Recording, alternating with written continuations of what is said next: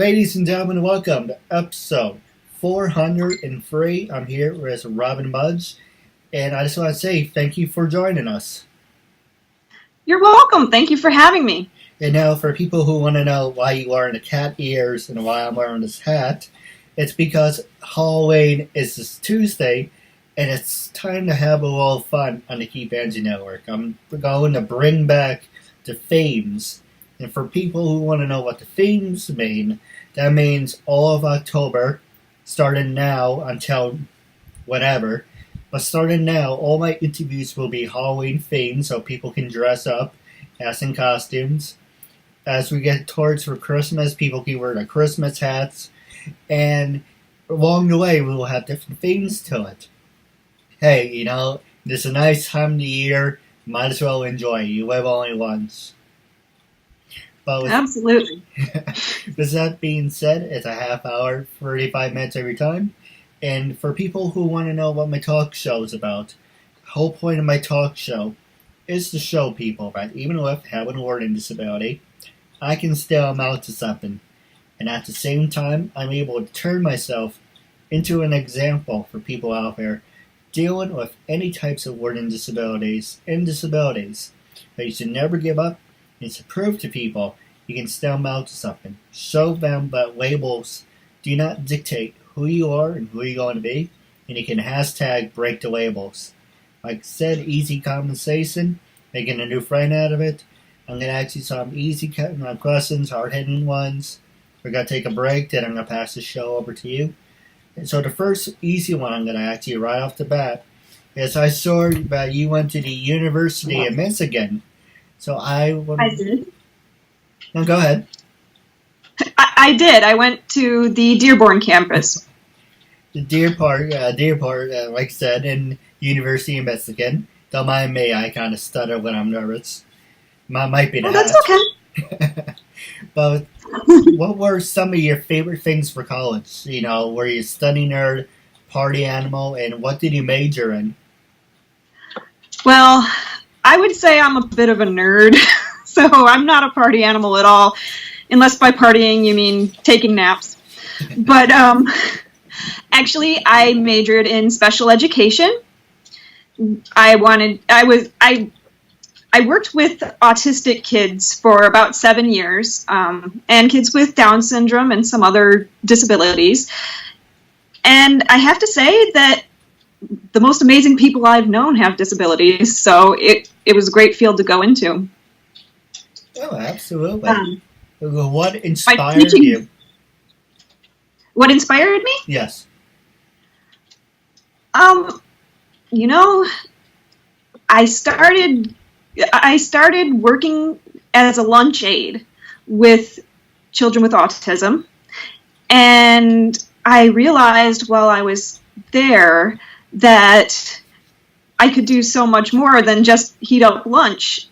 Being in those classrooms, you were teaching every day just by being you, just by helping them to do normal everyday things. And I learned so much about myself too. It was a lot of fun working with them. And, having a disability myself and having other family members that have other kinds of disabilities, it really felt like something that would really feel good to do, to help other people. No, absolutely. What were some of your favorite classes in college, and was it kind of like high school, or was it a different experience because you had the dorms and everything? Well, I went to college a couple of different times because I started out going to college right after high school, but I got mismedicated and got really sick and had to drop out. But I went back and I went to U of M when I was 25. So it was a bit of a different experience because I was an adult, and it wasn't all about having friends. It wasn't all about being social. It was really about doing the studying and learning the profession. my favorite classes were actually the math for teachers classes. I really enjoyed learning the ins and outs of the simplest things that we do in mathematics, and I learned how much I really enjoy it. You hear so much about how women have trouble with math.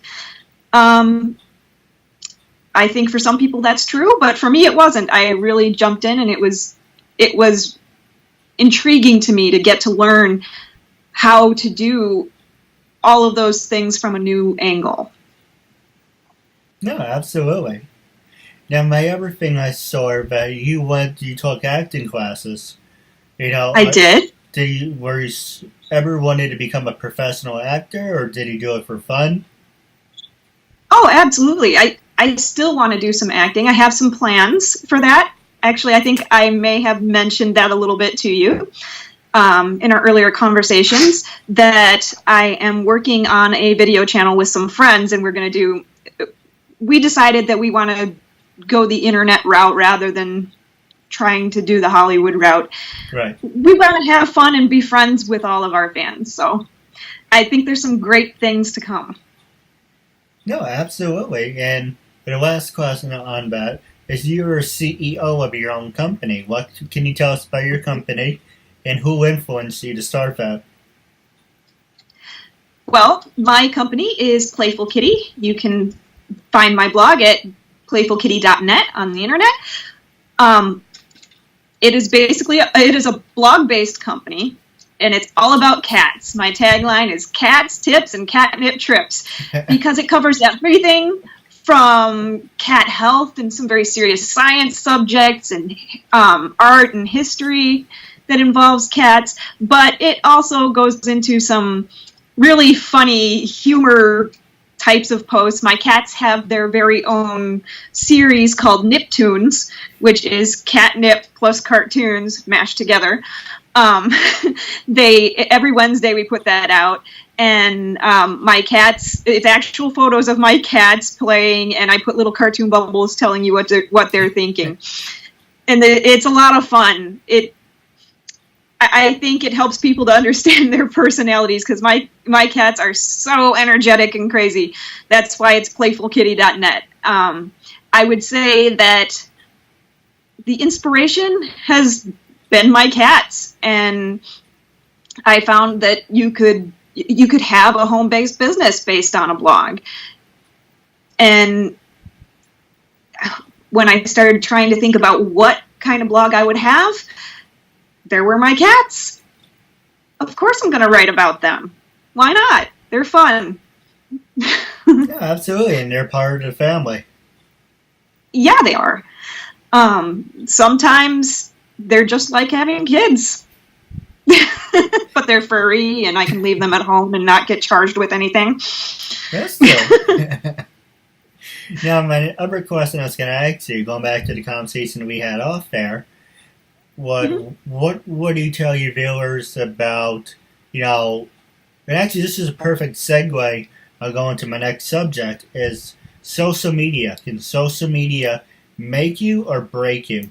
And with everything you accomplished in your career, and your talk show, and the Playful Kitties, how would you think social media has impacted your life? For me, social media has been great. It's something I've really had to learn. I'm kind of an introverted person, so interacting with people is not something that comes naturally to me. Right. But I've been learning, and it's still a learning curve. I don't think that I'm ever going to know everything there is about it. It's always changing.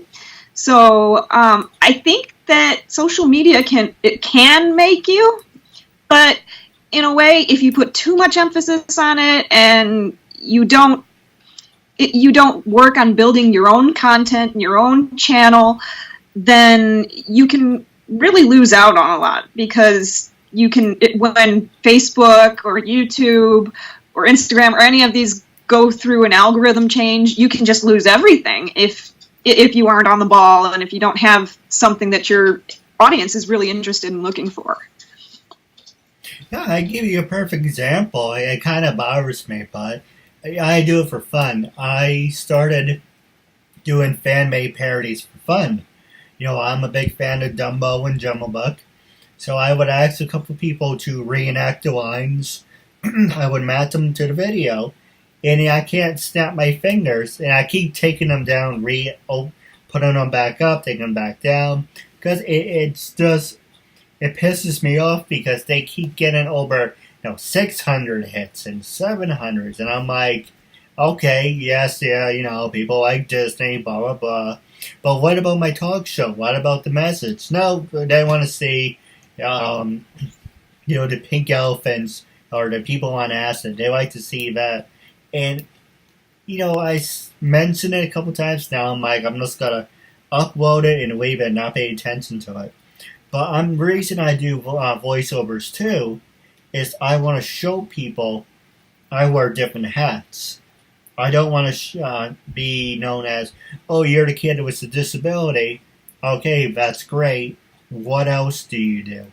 So that's why I just decided to I like Dumbo and I like Jumblebook. Why not do some fan-made parodies to see what else I'm capable of doing? So Absolutely. No, go ahead. Well, I was just going to say that's a great thing to do. I think part of finding your audience, the people that really connect with you, is trying out different things until people start to catch on and start to tell you that they like it.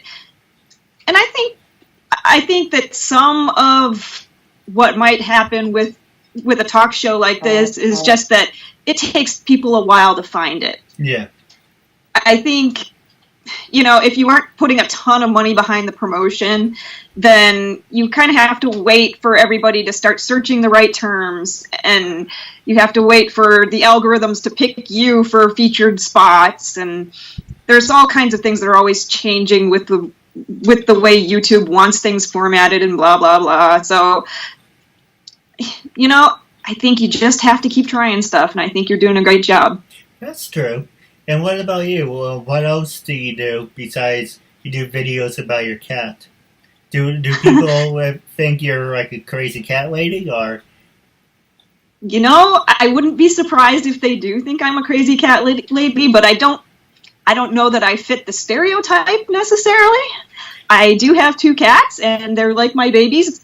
They do everything with me. I'm kind of surprised they aren't like trying to get into the camera or anything, because they typically do. They really enjoy having their pictures taken. They're kind of funny like that.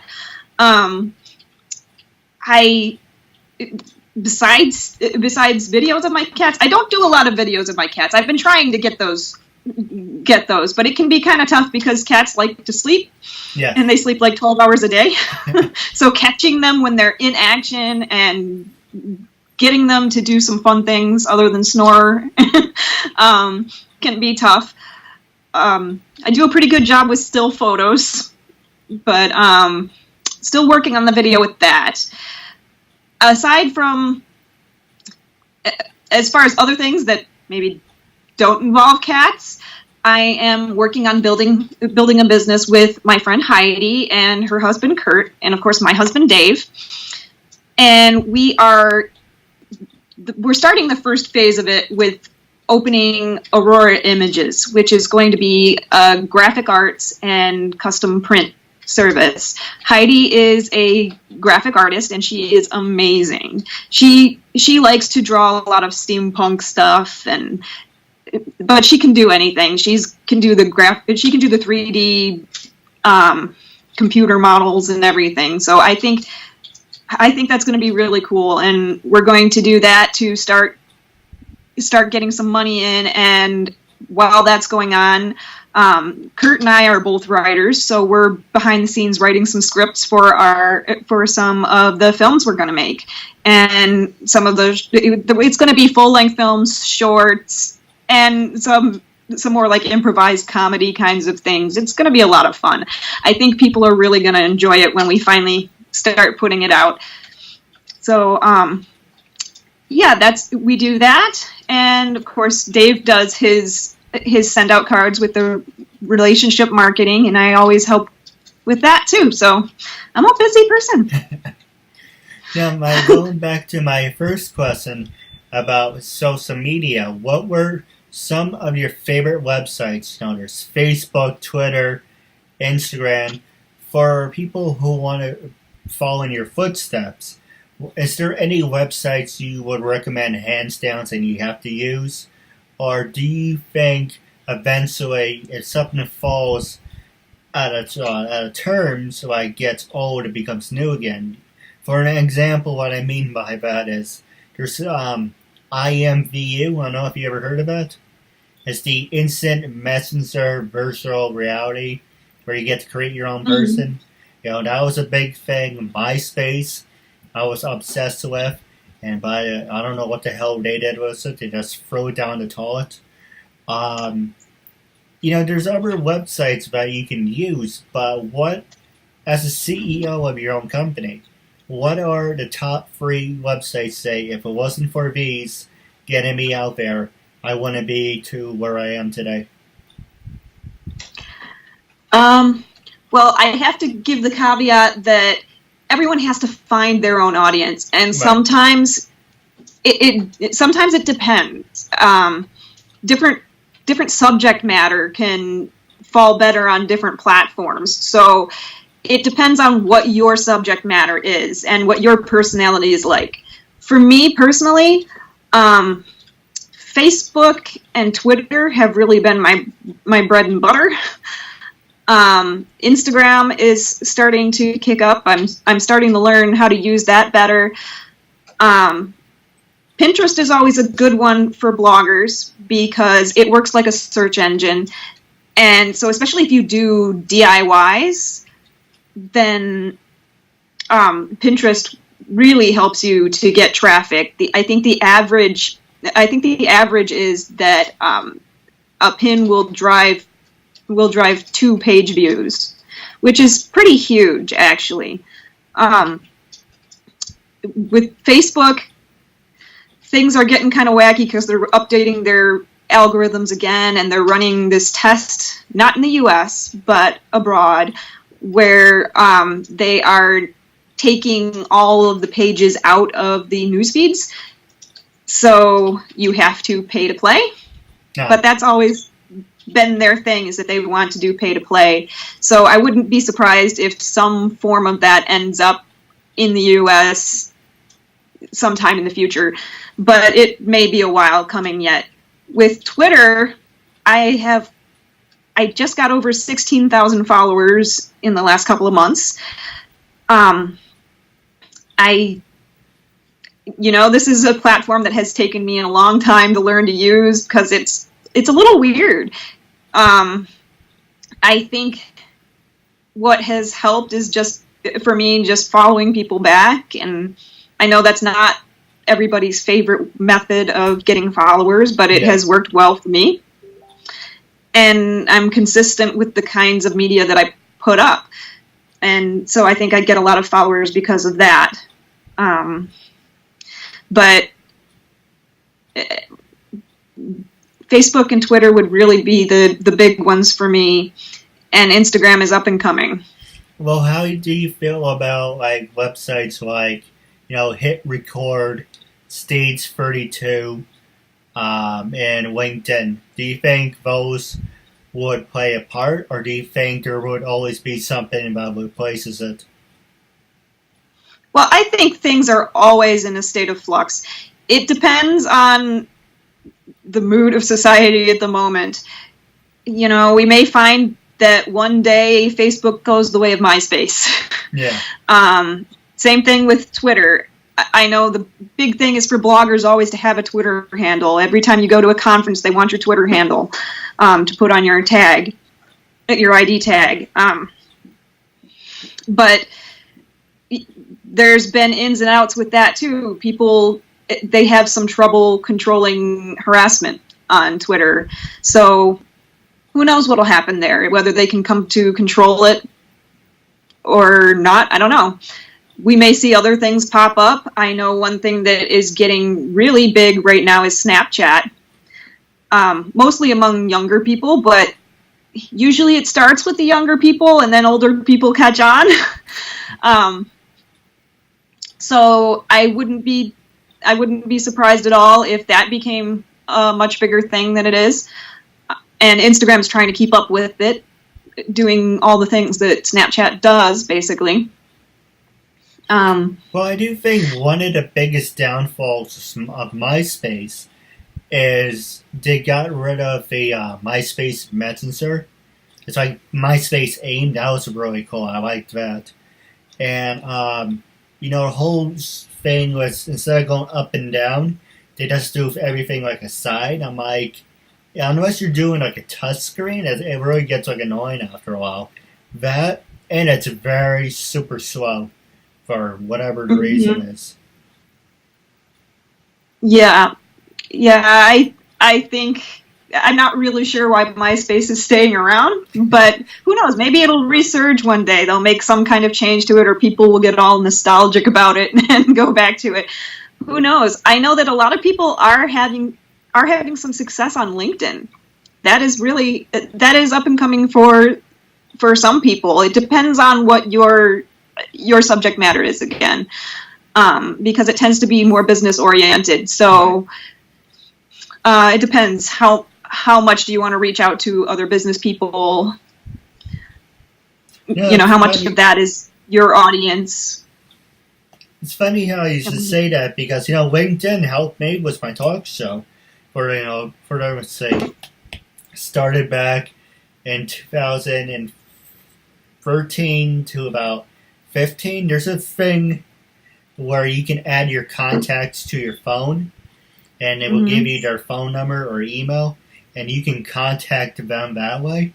So that's how I got most of my interviews. But yeah, if it wasn't for LinkedIn, I wouldn't have gotten to where I was. I started with LinkedIn, then I moved to Twitter, and now I'm starting to use Facebook. MySpace, I have mixed emotions about. I do want to try it, but I really don't have the patience to deal with the slowness. You mentioned Pinterest. Eventually I am everywhere. I'm like Oprah. I'm on Pinterest. I'm on Tumblr. I don't use them. But what is the DIY you were talking about? DIY is do-it-yourself.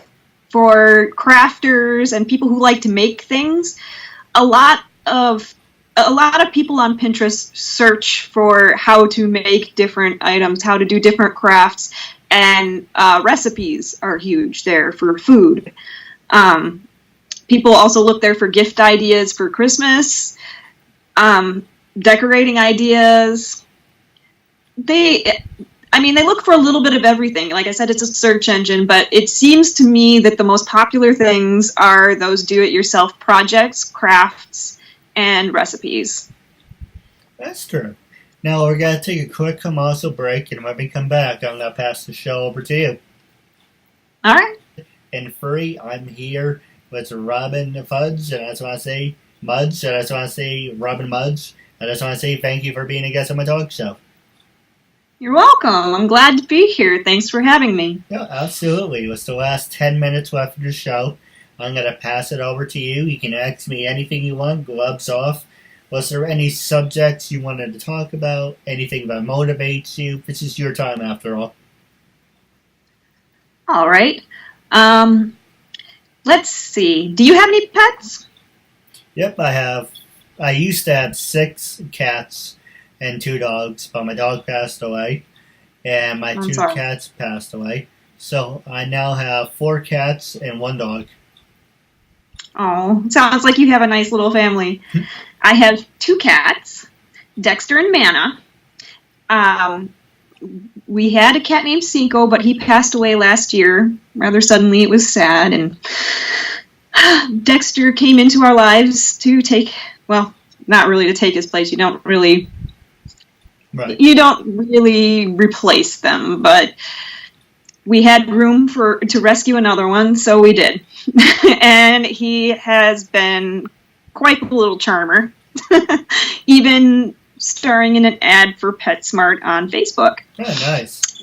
That was awesome. He got to go to PetSmart with me. Both of them did, and he was wearing his little Batman harness. He has a Batman harness that has a cape and everything.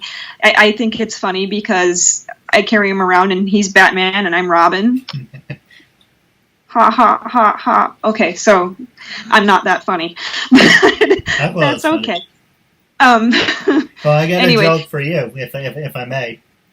Oh, please. I work in a toy store, and this woman came in and says, "My kid is out of control. Do you have one of those leashes?" Because it's a leash you put on the kid, and kid can go over here, and he can just. I can't think of the actual name, but people use it for a dog. You hold it, and they go, and they stop. You push the button, and it retracts. So the woman's like, "Do you have one of those leashes?" "Oh, doggy leash."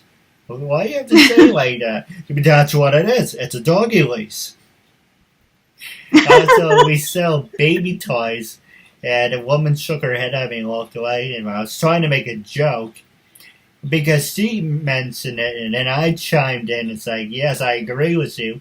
And she didn't know I was listening to the conversation. We sell a baby toy. It's a giant ball. And inside the little ball, it's a tiny ball. So when you shake it, the thing inside spins. And she said, "Why does the store sell cat toys? It's supposed to be for a baby." It's like, "Hey, yeah, I agree with you. I think it's a cat toy too." And she looked at me and she's like, "Oh, hey, you're talking out loud. You might as well jump in, right?" When I'm funny, it's not funny. When I'm sarcastic, it's funny. Well, the funny thing is that a lot of cat toys would make great baby toys. They're very tactile, and they're the right size, and they make fun noises. So babies would love it. I was thinking, since your show is all about people with disabilities being able to do great things. Right.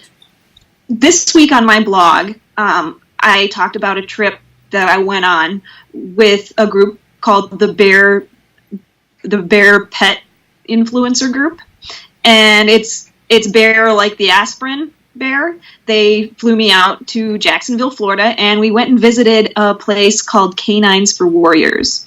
Canines for Warriors is a great nonprofit organization that trains service dogs for our veterans that have PTSD, which is post-traumatic stress disorder. A lot of people who have been in the military will experience traumatic things, and they'll come back and they won't quite be themselves. They have a mental health condition, PTSD, that is invisible. People can't see it, but they have nightmares and they have other problems.